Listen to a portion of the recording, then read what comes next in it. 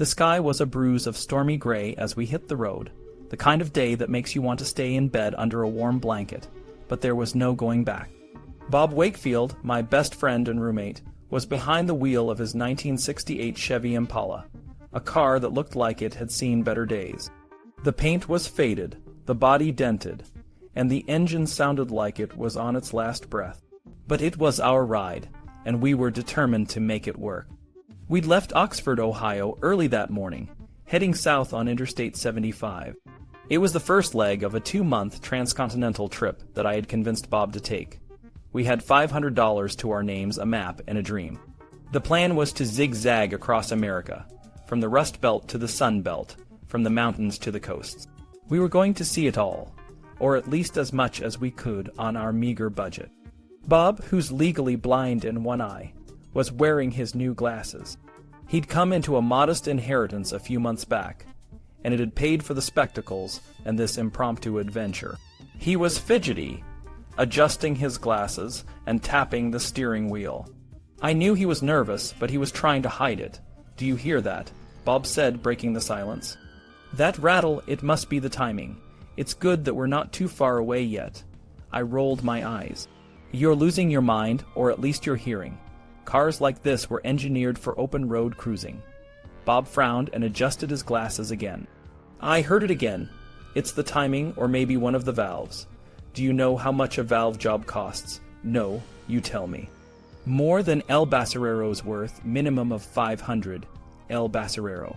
Bob had named the car after a Spanish phrase he claimed meant the garbage heap, or the garbage man. It was a fitting name, given the state of the Impala. But it was our ride, and I wasn't about to let a little rattle ruin our plans. "Look," I shouted, pointing out the window, our first Stuckey sign. Bob sighed, but a small smile crept onto his face. "Well, I guess we're really doing this, huh?" "Yeah, we are," I said, feeling a surge of excitement. "And it's going to be the adventure of a lifetime." We drove on, the rain starting to dry on the highway. The Impala's tires hissed, and the world outside the car began to blur into a series of fleeting images. Billboards, trees, and the occasional farmhouse. It was cool for May, and the air inside the car was thick with the smell of old leather and Bob's nervous sweat. "Where do you think we'll end up?" Bob asked, his voice a mix of curiosity and apprehension. "Who knows, but I bet it'll be somewhere amazing." Bob nodded, but I could see the doubt in his eyes. He was a man of routines and plans, and this trip was a leap into the unknown. But I was determined to make it work. We had a map, a dream, and the open road. What more could we need? As we crossed into Kentucky, the landscape began to change. The flat Ohio farmland gave way to rolling hills and dense forests. It was a different world, one that felt both ancient and new. The sky cleared, and the sun broke through the clouds, casting a warm glow over the highway. "Hey, check it out," I said, pointing to a sign. "Big Bone Lick State Park. Want to stop?" Bob hesitated, then nodded. "Sure, why not? We've got time." We pulled off the highway and found ourselves in a small park, surrounded by trees and the sounds of nature. It was a world apart from the noise and chaos of the city. We walked around, talking and laughing, the tension of the morning melting away. As we got back in the car, Bob looked at me with a newfound determination. "You know, I think this might not be so bad after all." I grinned. "Told you. Now, let's go find some place to crash for the night." We got back on the highway, the Impala's engine rumbling beneath us. The road stretched out before us, a ribbon of possibilities. We were on our way, and there was no turning back. The adventure had only just begun. The woman glanced toward the turtle clusters, a veiled sadness in her eyes, as if I'd tapped into a forgotten memory. I went to Cincinnati once, and to Chicago, but I was too young to remember. I couldn't understand why she never hopped in a car and drove until the world looked different from central Kentucky. But instead of asking, I pocketed my change and headed out. "Son," she called as I was leaving, the bell clacking against the glass door. "Where all are you going in that thing?" I couldn't help myself. The words tumbled out. Florida, New Orleans, Memphis, Chicago, Colorado, Arizona, Las Vegas, Los Angeles, San Francisco. Then back to Ohio, where we come from. "Don't drink and drive," she said. her voice a mix of concern and something else I couldn't quite place. Back in the car, Bob was already calculating the gas mileage, jotting down figures in his red leatherette account book. The first entry on the first page read, "Account book, $3.18. He looked more pleased than when I'd gone in to pay. "Over 17 miles per gallon," he said. "I haven't gotten over 17 since high school." I got behind the wheel and tried to get El Basurero back onto I-75. No, no, no, no. Bob waved his hands in disgust. "That's neutral." "What's neutral? It says P right there." "It doesn't work anymore." "Can't you feel when it's in drive?" I looked at the thing and it said D, so I hit the gas. How was I supposed to know? "Okay, now you know." He put the account book back in the glove compartment. "Now you're supposed to know." Bob and I both grew up in small Ohio towns, and were in the same freshman English class at Miami University. We met near the end of the term when we were assigned to the same workshop group to revise an essay about roller coasters. Bob and I were useless, getting sidetracked by a discussion of Disneyland's teacups, which we agreed were scarier than any roller coaster. We stayed friends, though for a while. Friendly acquaintances was more accurate. I wrote for the student newspaper, and Bob was a poetry whiz and the editor of the campus literary magazine. During finals week, we studied together, both of us sleep-deprived and desperate. Bob read Russian novels like they were beach reads, and when I accused him of not absorbing much, he gave a detailed synopsis that could have landed him a job with Cliff's Notes. I stayed long enough to finish February, and Bob came up with a paper title, Surf's Up. That fall, we found ourselves back at Miami, pursuing master's degrees in creative writing. It was our safety net, and all else had failed. Bob and I became close friends that year. He didn't have a radio, TV, or furniture, so he spent a lot of time on my sofa. We swapped hometown stories and played Trivial Pursuit, which Bob won almost every time. He had a mind like a sponge, retaining facts and figures that I had long forgotten. The summer after graduation, I couldn't find a job and ended up as a part-time lifeguard and bartender. I was in a funk, resenting the superficial dentists who made more money than I ever would. One night, I was playing cards with some friends when one suggested we go lie on the golf course and look at the stars. It sounded stupid, but I went along. We spread our blankets on the 10th green. Suddenly, I decided I'd had enough. "I'm making a pilgrimage to Elvis's grave. Who wants to go with me?" Everyone laughed, but no one joined. I nearly drove to Memphis alone that night. I got in my car and headed south, but I pulled over and slept on the side of the road, waking up at sunrise and driving home. On our road trip, we finished the Stuckey's pecan log near Daniel Boone National Forest. "We have anything else to eat?" Bob asked. "I don't know," I said, still getting used to the boxy, drifting feel of El Basurero. "Go ahead and look." Bob sifted through the cooler and found snack cakes, peanut butter, soggy bread, and beer. "The 5 basic food groups of travel," I laughed. "You forgot circus peanuts," Bob said, a devotee of those goober-shaped marshmallow candies. "I still can't believe the mileage we got." "It's a sign," I said, "but I don't know of what." We rolled down all the windows, and the wind slapped us silly. Near the Kentucky-Tennessee line, we started seeing billboards. By the time we got to Pigeon Forge, they had taken over. "Visit Gatlinburg's Wax Museum," one sign read, and a little square invited America's tourists to see Elvis. Then came one for Silver Dollar City, and so it went, with boards for Porpoise Island, the House of Illusions, and more. "If Lady Bird Johnson goes to hell," Bob said, "I'll bet they make her spend every day driving down a replica of this road." We saw the sign for the Elvis Presley Heartbreak Motel, and had to stop. The motel was U-shaped and vaguely alpine, with a green, 2-story building and a bush-filled courtyard. In 1955, yellow and black Cadillac was parked outside, and I posed for a picture. Inside, the gift shop was full of Elvis souvenirs. A tired-looking woman behind the counter also served as the motel registration and museum ticket booth. The museum was the room behind her. Bob picked up a foot-long candy that spelled Elvis. "Elvis's name goes all the way through the candy," he read. "Wonder if it really does." "It really does," the woman said, nodding. We ate a piece just to see. A garish painting of Elvis grinned at us. and we decided the museum wasn't worth the $4 admission. Most of the memorabilia belonged to J.D. Sumner, Elvis's guitar player during his Vegas years. On our way out, Bob turned and asked, "Is that a commissioned portrait of Elvis over there, or is it just someone who admired him?" "I'm not really sure," the woman said. "It's not the original, but it's been done from an actual photograph." "It looks a little like Robert Goulet," Bob said. The woman smiled. "The original of this painting is hanging on the wall in Graceland Mansion." "Oh, we're going there," I said brightly. "But we're going to Florida first." She smiled, but it was clear she thought we were insane. In her book, The Road to Memphis took you through Nashville. In ours, it meandered through marshes and bayous, then upstream against the Mississippi. My family visited Gatlinburg in 1972 to prove to my sister the existence of bears and Indians. Shari had her share of childhood disillusions. First, she learned there was no Easter Bunny. Then, she caught Dad trying to slip a quarter under her pillow, and the Tooth Fairy's gig was up. When a kid in her kindergarten class told her Santa Claus was a hoax, Shari announced she no longer believed in Santa Claus, bears, or Indians. Mom confessed that Santa Claus was made up, but insisted that bears and Indians were real. During a National Geographic special, Mom called Shari downstairs to see the bears. "TV is all pretend," Shari said. "There's no such thing as Gilligan. There's no such thing as Sonny and Cher." Crying, she ran upstairs. That summer, we went to the Smoky Mountains to find real bears and Indians.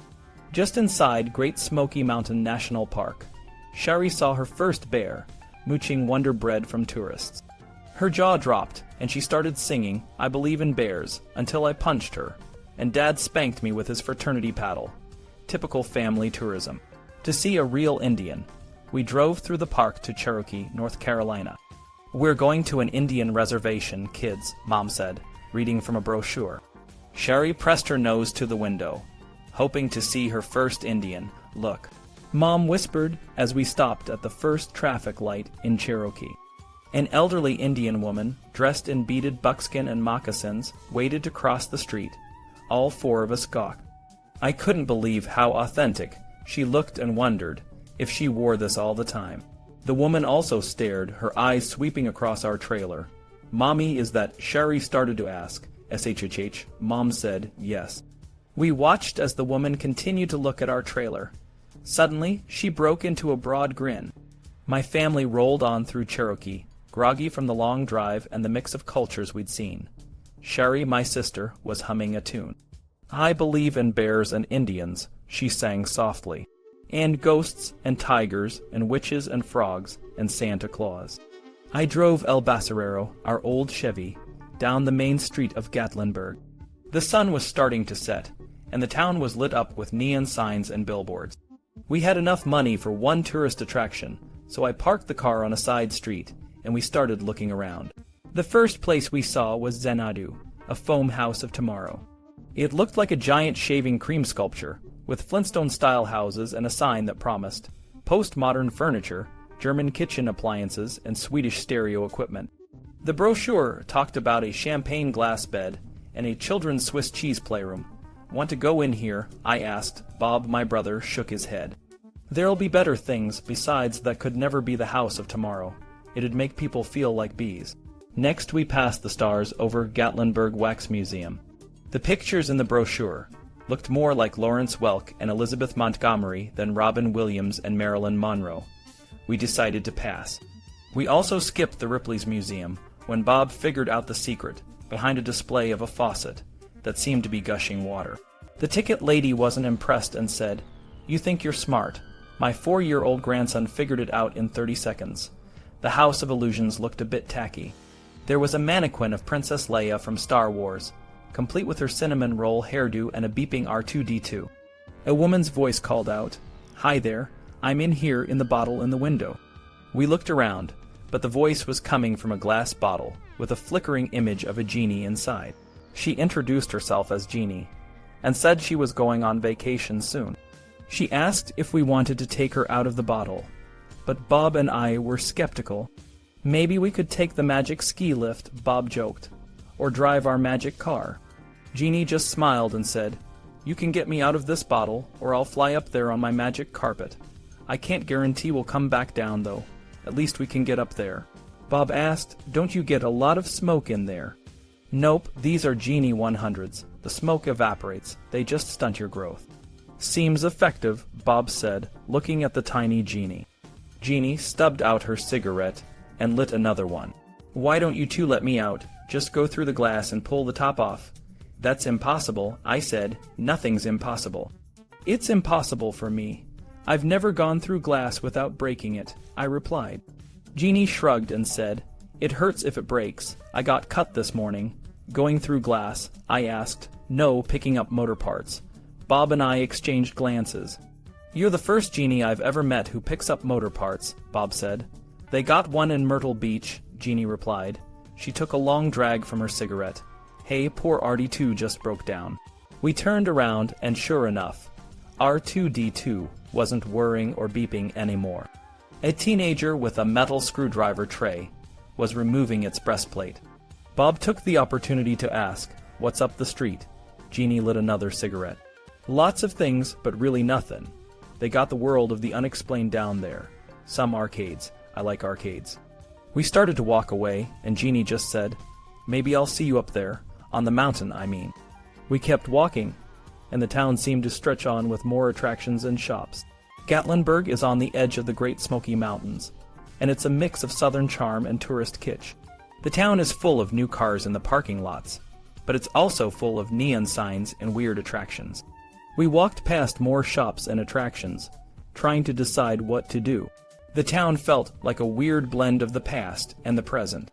There were old lodges and stuffed bears, but also shiny new attractions that didn't quite fit. It was a strange place, stuck between the 1940s and the 1980s, with a mix of old and new that didn't always work. Finally, we decided to check out the Gatlinburg Wax Museum. I told Bob about a wax museum I'd visited as a kid that had a chamber of horrors with gallows and guillotines, electric chairs, and wax blood. But the Gatlinburg Wax Museum was a bit disappointing. The Blackbeard the Pirate display had a doily around his neck and a grandmotherly figure sniffing a henchman's hand. The scene rocked gently, which was a bit bizarre.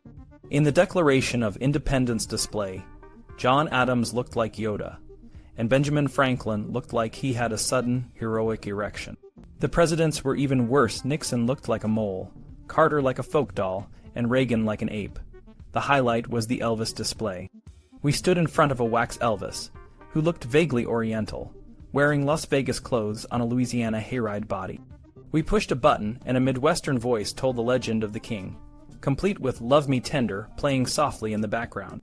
The biography was a bit sanitized, ending with Elvis's death on August 16, 1977.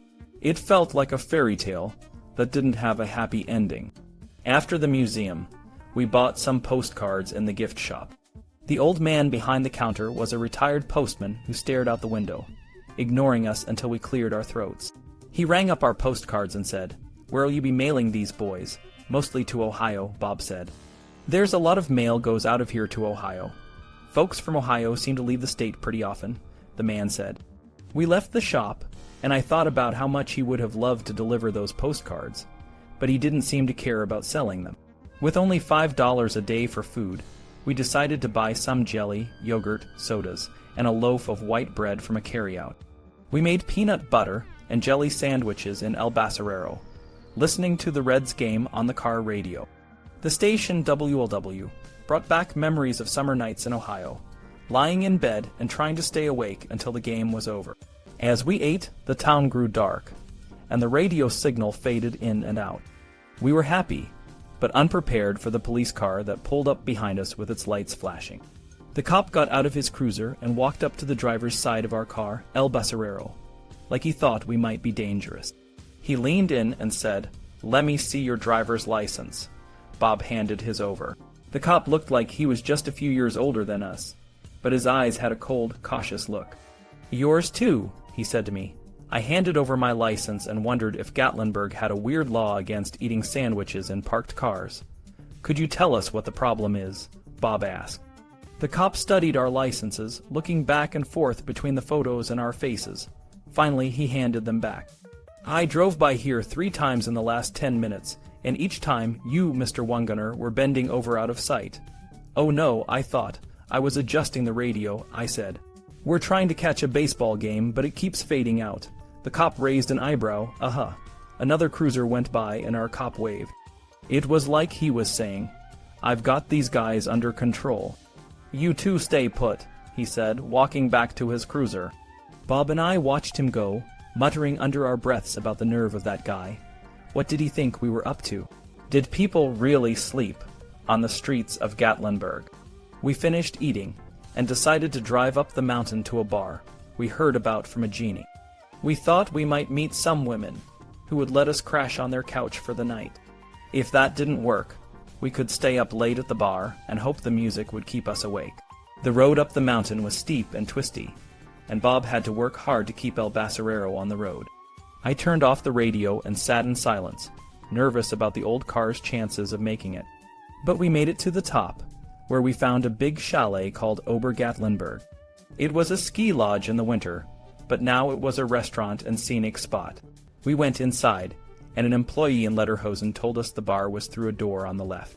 The bar was dark and had a disco feel, with mirror balls and neon lights. There were a few people dancing, and we ordered beers.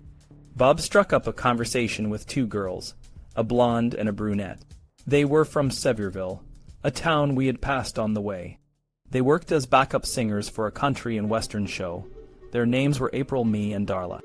They invited us to see their show the next day, but we knew we probably wouldn't go. We had places to be. We danced and talked until closing time. April Me told us about her theory, that Elvis wasn't really dead. She thought he had bought Jamaica and was living there, paying people to keep it a secret. We smiled and nodded, even though we didn't really believe it. We were planning to visit Graceland in a few days. The next morning, I woke up early in the back seat of El Basurero. Bob was still sleeping in the front. I got out of the car and stretched, groaning. Bob had parked in a car repair shop lot on the edge of Pigeon Forge. It was a smart move, and I was proud of him. I took a quick walk and then got back in the car, starting the engine. Bob woke up and asked where we were going next. "Ruby Falls," I said, pointing to a billboard we passed. "My mom used to work at Ohio Caverns," Bob said. "I used to get in free." "Maybe she was my tour guide," I said, remembering a trip to Ohio Caverns with my parents. We drove to Ruby Falls and changed into our gaudiest shirts. Bob was hesitant to pay the $4.50 entrance fee, but I convinced him. We took an elevator down 260 feet into the cavern. Our guide Amanda had us introduce ourselves. Bob and I were from Ohio, and a guy named Memphis was at the back of the group. Amanda told us the story of Ruby Falls. A group of businessmen had drilled an elevator shaft into the mountain, looking for minerals. One of them, L.B. Lambert, found a tiny opening and discovered the falls. He named them after his wife, Ruby. Bob groaned, and I reminded him of the song, "Ruby Baby." As we walked through the cavern, Amanda explained the difference between stalactites and stalagmites. Stalactites hang tight to the ceiling, and stalagmites might grow up to the ceiling someday. Bob grinned, saying his mom used to say that too. The lights went off, and we were in complete darkness. When they came back on, we saw a formation called Cactus and the Candle. Bob was annoyed by the names of the formations and said he would name them better, like unctuous slugs from hell. We moved on, and the tour continued. People were pointing out shapes in the rocks, like the Holy Family in a cluster of stalagmites. The tour ended, and we walked back up to the surface, ready for the next adventure. We could hear the sound of falling water long before Amanda, our guide, led us into the dark chamber where Ruby Falls was located. Amber spotlights shone through the water as we walked around the edge of the pool at the bottom of the falls. I hoped Bob wouldn't use this chance to scold me for talking him into this trip. He had a good reason to, since the only special thing about Ruby Falls was its underground location. 4 speakers on the walls started playing some forgettable classical music. A recorded voice welcomed us to Ruby Falls and turned on more lights, making the water look like a bright tomato. The voice told us that no one knew where the water came from or where it went. As we circled the pool, people took pictures with flash cubes, and children asked their parents for coins to throw into the water. Kansas City's grandson threw a handful of pennies toward the ceiling, grinning as they splashed down. When he asked for more money, Kansas City refused, and the boy turned away from the falls. On the way back to the surface, There wasn't much to see except different angles of the falls that weren't as impressive from the front. If I had come with my family, my mom would have started complaining about her feet by now. Without that distraction, we made jokes to pass the time. Mrs. Toronto asked her husband for the time, worried about reaching Nashville that afternoon. Mr. Toronto was unsure, confused by daylight savings time and Central Standard Time. When he asked me for help, I had to admit that neither Bob nor I had a watch. Kansas City said it was just past 9. What's that in dog years?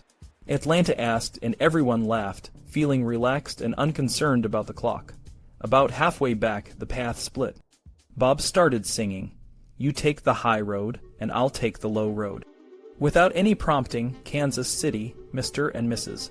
Toronto, and several others joined in, singing loudly and off-key. "For me and my true love shall never meet again," by the bonny, bonny banks of Loch Lomond. Amanda stopped us near the elevator, thanked us for visiting, and invited us to come back. For a moment, I felt lucky to be with so many people from different places, even if our trip seemed a bit silly. At the top, we got to an observation deck with a view of the Tennessee Valley.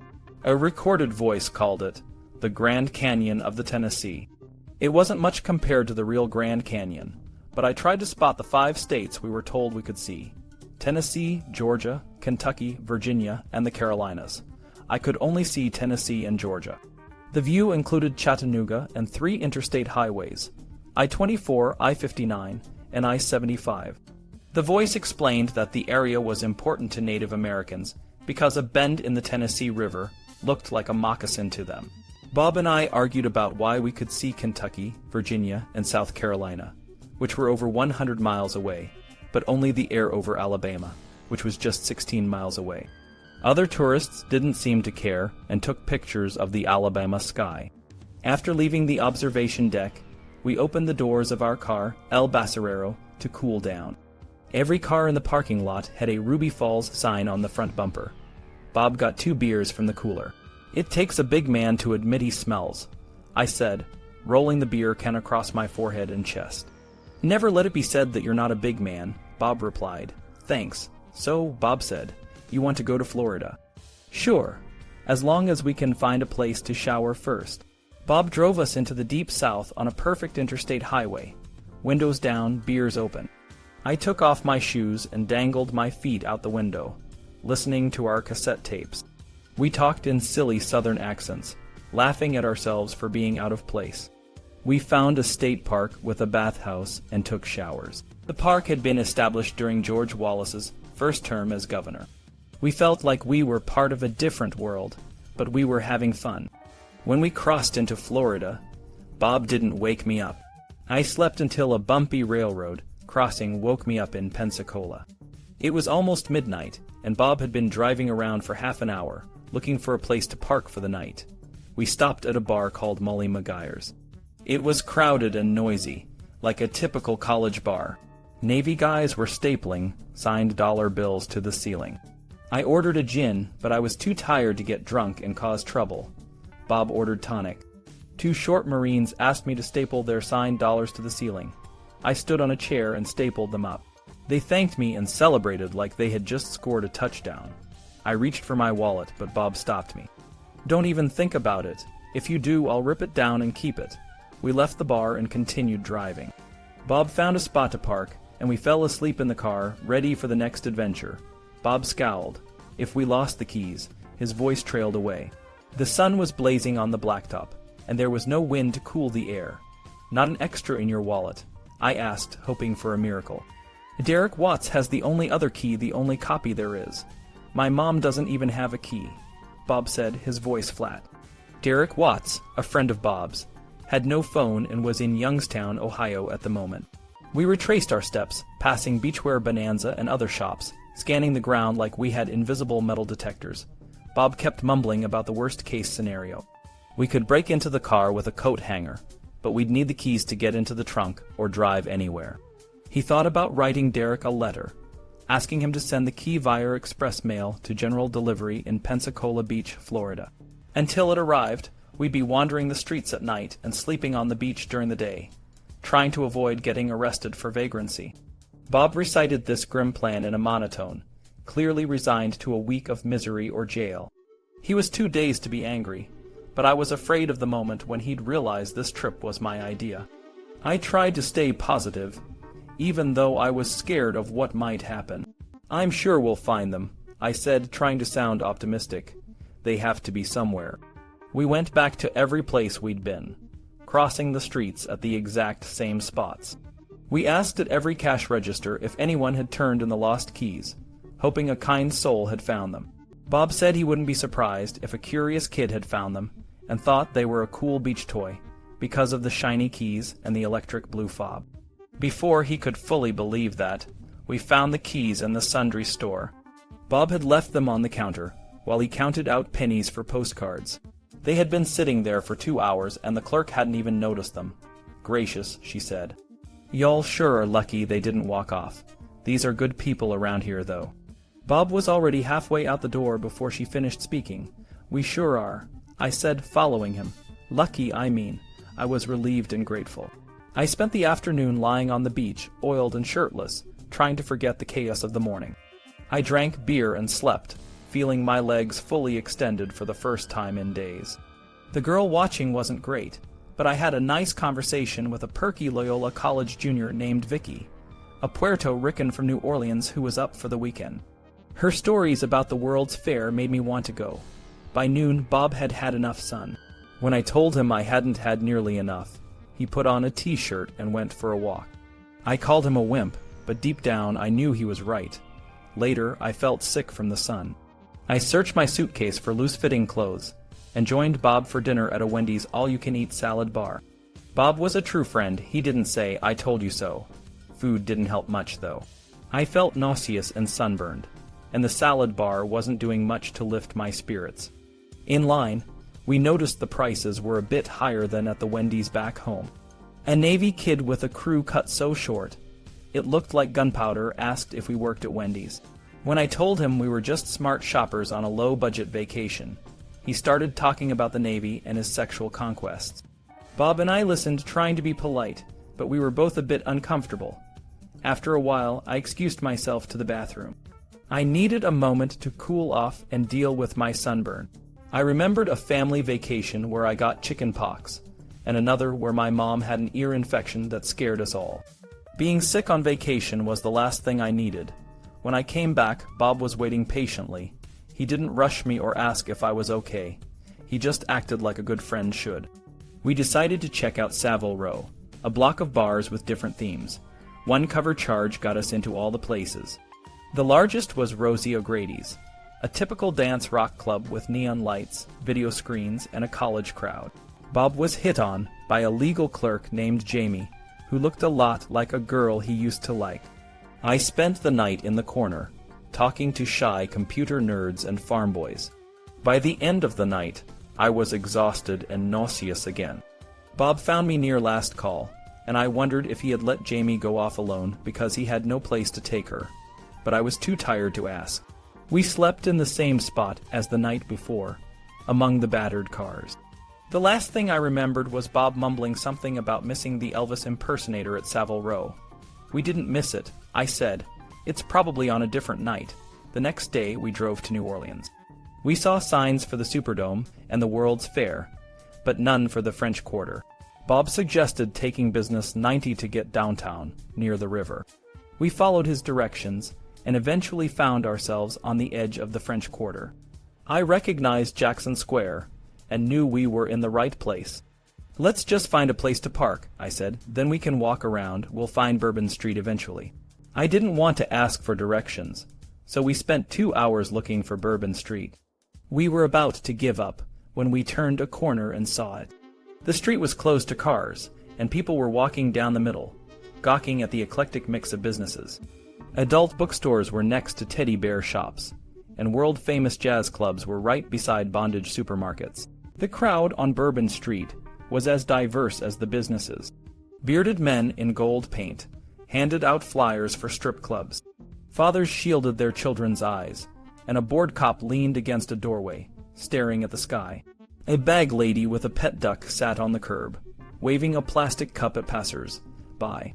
Beautiful young women with perfect smiles and flowing curls walked by, laughing and joking. And then there were Bob and I, two hungry, sunburned, and road-gritty graduate students from Ohio. At the end of the cordoned-off section, Bourbon Street became darker and seedier. Most people turned around, but we were tired and curious, so we kept going. The streetlights dimmed and the crowd thinned. We saw a young evangelist in a red flannel shirt, preaching to a few winos and passers-by. Across the street, a gay bar's balcony was packed with men who were taunting the preacher. A wino walked up to the evangelist and whispered something, then received a stack of pamphlets. The evangelist started preaching to the crowd, but suddenly, a cup of ice came flying from the balcony. The evangelist spun around, faced the balcony, and started preaching about Sodom and Gomorrah, thumping his Bible and spitting fire. A black kid, no older than 14, came down Bourbon Street with a giant box that played Herbie Hancock's Rocket. He walked with his eyes closed, but opened them when he sensed something. He turned off the music, stood there bewildered for a minute, then grinned, turned the music back on and danced away. Bob and I followed him until he stopped to talk to a friend, the cashier at the Jewel Street Cabaret. A sign invited us to see Johnny Rusk's tribute to Elvis and Elvis's 1969 Mercedes 600 limo, all for one low price. We decided to check it out, hoping it would be a distraction from the chaos of the day. After an hour of wandering through the French Quarter, Bob and I finally found a decent place for shrimp Creole. The Gumbo Inn, a cozy spot just 3 blocks from Bourbon Street, seemed like a good choice. The place was packed even on a Sunday night, and the room buzzed with the chatter of happy diners. A brass plaque outside the building told us it was historically significant, which added a touch of charm. The maitre d' asked if we'd mind sharing a table. We said no, and he seated us next to 2 women who looked like a mother and her teenage daughter. The mother had finished her meal and was sipping a Manhattan, while the daughter stared at her plate, poking at her jambalaya. Bob and I ordered our food, and I asked him about the opening time of the World's Fair. The mother overheard and chimed in, "Oh, so you're going to the fair." She patted down her new wave haircut and shrugged. "The fair's just, the fair, wouldn't you say, honey?" The daughter didn't even look up. "I mean, talk about expensive. They want $3 for an ice cream. Can you believe that? But it's not bad. It's just the fair." The girl's eyes remained fixed on her plate, and I could see she was barely breathing. Now the New York World's Fair, that was magical. Just magical. The mother drew tiny circles in the air with her glass, reminiscing. Dawn's father and I went at least 10 times, driving all the way from Lakewood. That's in Jersey. 10 times we went. She was almost singing. That was when we were just dating. Dawn's father and I the fair. That fair was, well, it was a magical kingdom is all I can say. Dawn flinched at the mention of her father. I realized her parents were divorced, and her mother was trying to make the most of their brief vacation. Going to the World's Fair seemed like a sweet gesture, but it was lost on Dawn. I wanted to say something to help, but I couldn't think of anything. When our food arrived, Bob and I got into a mild argument with the mother about when World's Fairs are held. I knew the Knoxville Fair was in '82, and Seattle's was in '69. Bob nodded, adding that they're sort of sporadic, while the mother insisted they were held every 4 years, like the Olympics. "Maybe you're right," I said, not wanting to upset her. Dawn remained silent, and when the bill came, her mother grabbed it. "Let's go, Dawn," she said then to us. "You boys have a good time now." Outside, we walked past the empty display window of the Bourbon Street Woolworths. A large bearded man in a tattered dinner jacket was playing Amazing Grace on a battered saxophone. The slow, mournful tune was peppered with squawks, making it even more heartfelt. Bob pointed at the coins and bills in the man's case. A well-dressed man walked by and tossed in $1 without breaking his stride. "Bet he makes $5 an hour, easy," Bob said. "All he needs is $1 every 12 minutes. We stood back to avoid feeling guilty about not contributing. After a few minutes, at least 10 people had dropped money into the case.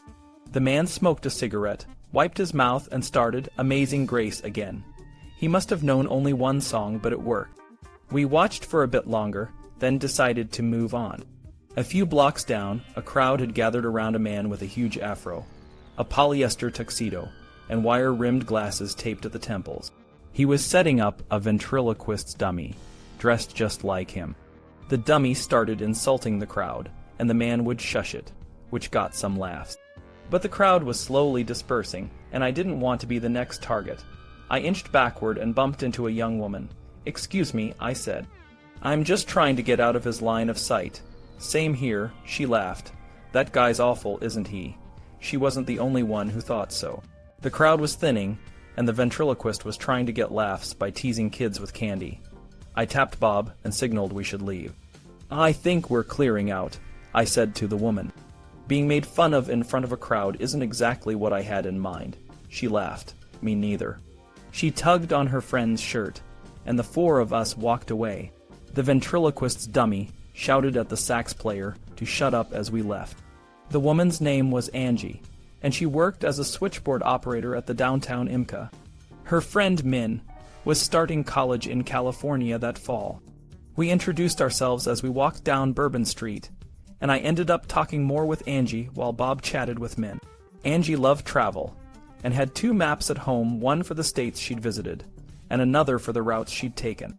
2 guys joined us and started talking to Angie and Min, ignoring Bob and me.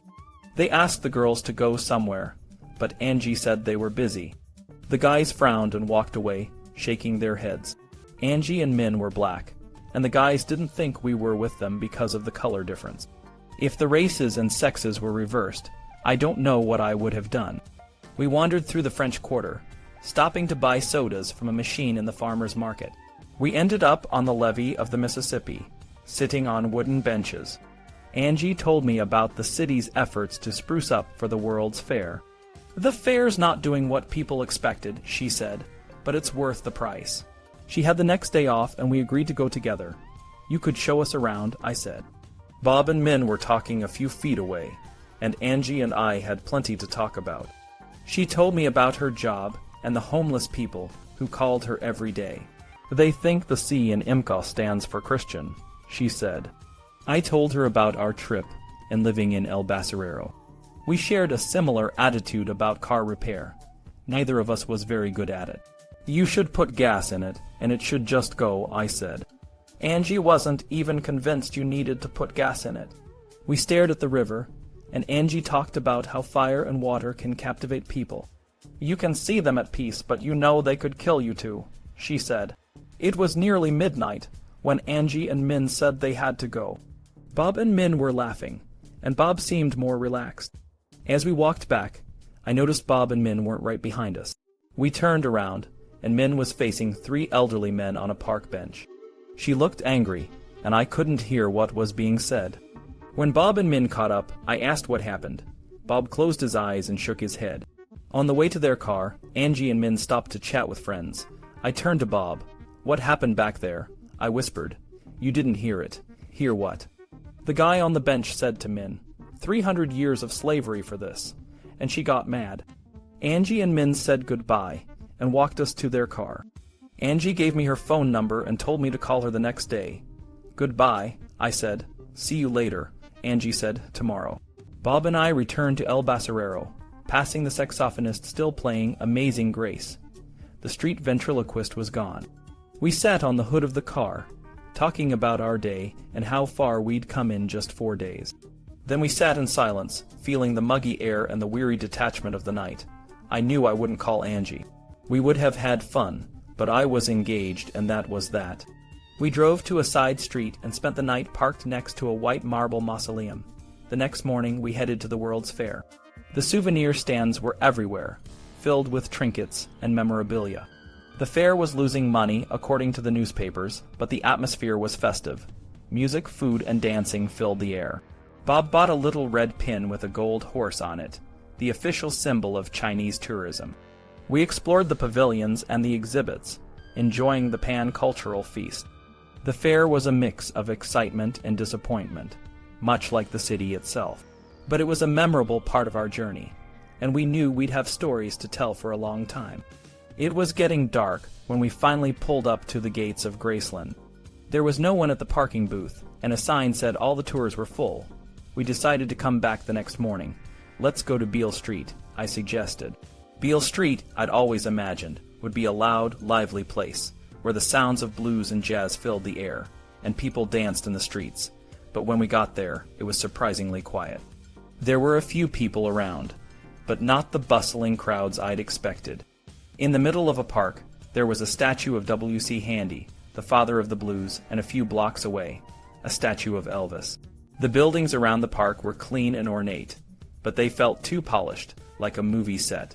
It was hard to imagine this place as the College for Blues Men, that B.B. King once called it. The blocks between the statues of Handy and Elvis were full of boarded-up buildings, some of them burned out and abandoned. But there were signs that things were changing. Coming soon signs and building permits promised new restaurants, shops, and apartments. A 12-foot bronze statue of Elvis, wearing a fringed suit, stood outside a bank building looking out at the city. We didn't stay long on Beale Street. It wasn't what we'd hoped for, but it was still a piece of history. We drove back to the Howard Johnsons on Elvis Presley Boulevard, where we decided to spend the night. The parking lot was poorly lit, and we were tired. We pulled El Basurero into a corner and settled in for the night. In the morning, we woke up to the sound of traffic. The sun was just starting to rise, and I felt a mix of excitement and exhaustion. How many nights have we slept in this car now? I asked Bob, stretching my legs out the window. Let's see Gatlinburg, Pensacola again, New Orleans, and now here. Bob yawned and nodded. We've come a long way, he said, but there's still more to see. We got out of the car, stretched, and started planning our day. We were going to see Graceland, and maybe after that, we'd find a good barbecue place. The road trip had been a mix of highs and lows, but it had brought us closer together. We'd seen some incredible things and met some amazing people, and even though we hadn't found everything we were looking for, we'd found something more important each other. As we headed to Graceland, I couldn't help but think about all the places we'd been, and all the places we still wanted to go. The journey wasn't over, but for now, it was time to explore the home of the king.